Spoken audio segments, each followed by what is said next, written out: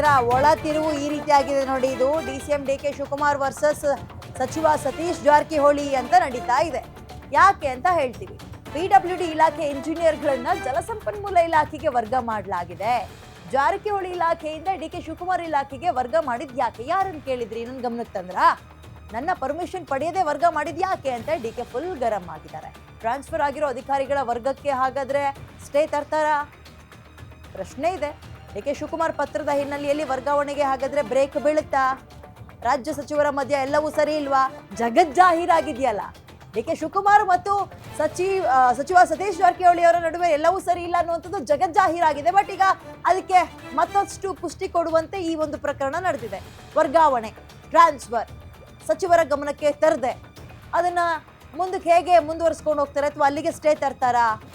ಈ ಹಗ್ಗ ಜಗಾಟ ಹೇಗೆ ನಡೆಯುತ್ತೆ ಅನ್ನುವಂಥದ್ದನ್ನ ಕಾದು ನೋಡ್ಬೇಕು. ಇದು DK ವರ್ಸಸ್ ಸಚಿವ ಸತೀಶ್ ಜಾರಕಿಹೊಳಿ ಇವರಿಬ್ಬರ ನಡುವೆ ವರ್ಗಾವಣೆ ಆಗಿರುವಂತಹ ಇಂಜಿನಿಯರ್ಸ್ಗಳು ಪೇಚಾಟಕ್ಕೆ ಸಿಗಾಕೊಂಡಿದ್ದಾರೆ.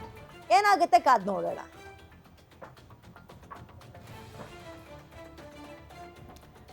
ನನ್ನ ಇಲಾಖೆಗೆ ಒಳಪಡುವ ಸಂಬಂಧಪಟ್ಟಂತೆ ವರ್ಗಾವಣೆ ನೇಮಕಾತಿ ವಿಚಾರಗಳ ಬಗ್ಗೆ ಆದೇಶ ಹೊರಡಿಸ್ಬೇಕಾದ್ರೆ ನನ್ನ ಅನುಮತಿಯನ್ನ ಪಡಿಬೇಕಲ್ವಾ?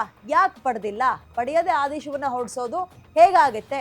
ಈ ಕೂಡಲೇ ತತ್ಕ್ಷಣವೇ ಇದೆಲ್ಲವಕ್ಕೂ ಸ್ಟೇ ತನ್ನಿ ಅಥವಾ ತಡೆ ಹಿಡೀರಿ ಅಂತ ಈಗ DK ಶಿವಕುಮಾರ್ ಒಂದು ಪತ್ರವನ್ನು ಬರೆದಿದ್ದಾರೆ ಸಂಬಂಧಪಟ್ಟಂತಹ ಅಧಿಕಾರಿಗೆ, ಮುಖ್ಯ ಕಾರ್ಯದರ್ಶಿಗೆ, ಸರ್ಕಾರದ ಮುಖ್ಯ ಕಾರ್ಯದರ್ಶಿಗೆ DCM DK ಶಿವಕುಮಾರ್ ಪತ್ರವನ್ನು ಬರೆದಿದ್ದಾರೆ. ಆ ಕಡೆಯಿಂದಲೂ ಕೂಡ ಒಂದು ಉತ್ತರ ಸಿಗುತ್ತೆ. ನಾನು ಅದೇ ಅನ್ಕೊಳ್ತಾ ಇದ್ದೆ, ಇದನ್ನ ನೇರವಾಗಿ ಕೇಳ್ಬಿಡ್ತಾ ಇದ್ರು DK ಶಿವಕುಮಾರ್ ಪತ್ರ ಯಾಕೆ ಬರ್ದಿದ್ದಾರೆ ಅಂತ. ಬಟ್ ಏನಪ್ಪ ಅಂತ ಹೇಳಿದ್ರೆ ಇಲ್ಲಿ DCM ವರ್ಸಸ್ ಮಿನಿಸ್ಟರ್ ಸಚಿವ ಸತೀಶ್ ಜಾರಕಿಹೊಳಿ ಅವರ ನಡುವಿನ ಹಗ್ಗ ಜಗ್ಗಾಟ, ಕೋಪ ಇವೆಲ್ಲವೂ ಕೂಡ ಮುಂದುವರೆದ ಒಂದು ಭಾಗ. ಅವರಿಬ್ಬರ ನಡುವೆ ಎಲ್ಲವೂ ಸರಿ ಇಲ್ಲ ಅನ್ನುವಂಥದ್ದು ಜಗಜ್ಜಾಹೀರಾಗಿರುವಂತಹ ವಿಚಾರ. ಪ್ರತಿಷ್ಠೆ ಅಂತ ಬರುತ್ತೆ. ಈಗ ಇದು ಹೇಗೆ ಮುಂದುವರಿಯುತ್ತೆ?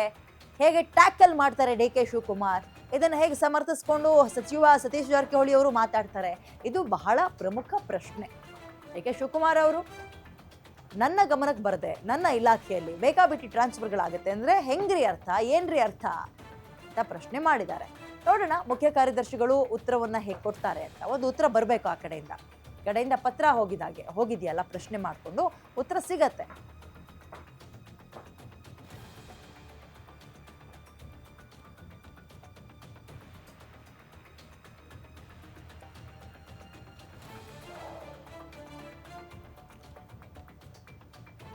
ಅಪ್ಪ ಅಮ್ಮನ ಜಗಳದಲ್ಲಿ ಕೂಸ್ ಬಡವಾಯ್ತು ಅನ್ನೋ ರೀತಿಯಲ್ಲಿ ಇವರಿಬ್ಬರ ನಡುವಿನ ಕಚ್ಚಾಟ ಅಥವಾ ಕಚ್ಚಾಟ ಅನ್ನೋದಕ್ಕಿಂತ ಈ ಒಂದು ಪ್ರತಿಷ್ಠೆಯ ನಡುವೆ ಟ್ರಾನ್ಸ್ಫರ್ ಆಗಿರೋರ ಆಫೀಸರ್ಸ್ಗಳ ಕತೆ ಹೇಳಿ.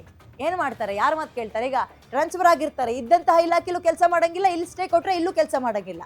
ಹಂಗೆ ಅಡಕತ್ತರಲ್ಲಿ ಸಿಕ್ಕಾಕೊಂಡಂತಹ ಪರಿಸ್ಥಿತಿ ಅವ್ರದ್ದಾಗಿರುತ್ತೆ.